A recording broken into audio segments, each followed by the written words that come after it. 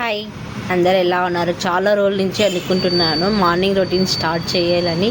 ఈరోజు నేను ఏం చేశాను అనేసి కుకింగ్ మీకు వీడియోస్ అయితే తీస్తున్నాను. చూడండి, ఇక్కడ బెండకాయ ఫ్రై విత్ అన్నం అయితే చేస్తాను ఫ్రెండ్స్. ఎలా చేశాను ఏమి నా స్టైల్లో చేశాను. మరి నాకు పర్ఫెక్ట్గా వంటలు వచ్చని అయితే నేను చెప్పుకోను, నాకు వచ్చిన విధంగా అయితే నేను చేశాను. ఫస్ట్ అయితే బీరకాయలన్నీ కట్ చేసుకున్నాను. ఇంకా ప్యాన్ పెట్టుకొని దాంట్లో కాయలు వేసుకొని ఇంకా జీలకర్ర ఆవాలు మన పోపు దినుసులని నాకు ఇంట్లో ఉన్న మాత్రమే వేసుకున్నాను ఫ్రెండ్స్. మరి నేను స్పెషల్గా ఏం చేయలేదు, నాకు ఇంట్లో ఉన్న వాటితో సింపుల్గా అయితే చేశాను ఫ్రెండ్స్. ఇంకా పోపు పెట్టేసుకొని ఆనియన్స్ అన్నీ వేసేసుకున్నాను. కొన్ని ఇవి కూడా వేసేసాను అనుకున్నాను. అలాగే క్యారెట్ కూడా కట్ చేస్తాను ఫ్రెండ్స్.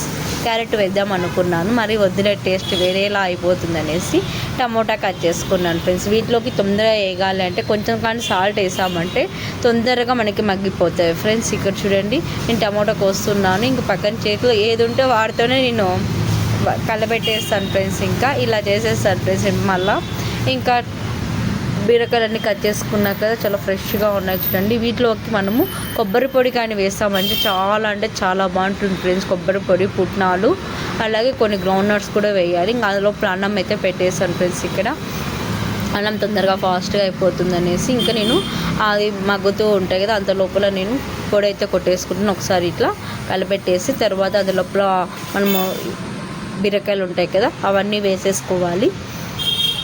దీనికి అనేది వాటర్ అనే క్వాంటిటీ తక్కువగానే పడుతుంది ఫ్రెండ్స్, ఎందుకంటే బీరకాయలు ఆల్రెడీ వాటర్ ఉంటుంది కదా.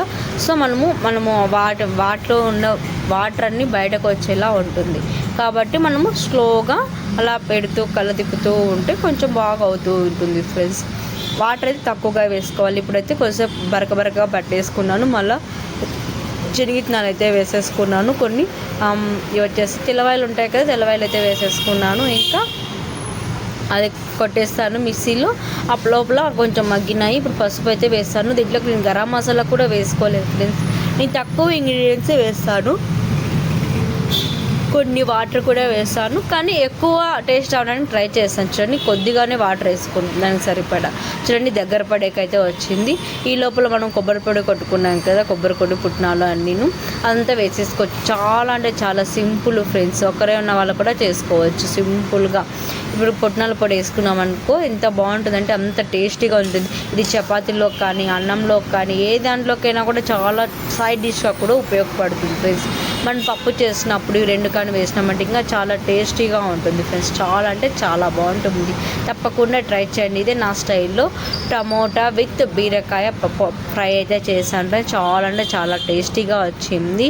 ఎలా ఉందో కామెంట్స్లో కామెంట్ చేయండి. నచ్చకపోయినా కామెంట్ చేయండి, నచ్చితేనే కాదు నచ్చకపోయినా కామెంట్ చేయండి. ఇప్పుడు సర్వింగ్ బౌల్లో చేసుకుంటే వేడి వేడి అన్నం బీరకాయ విత్ టమోటా ఫ్రై సూపర్తో ఉంటుంది ఫ్రెండ్స్. తప్పకుండా ట్రై చేయండి, ఓకేనా?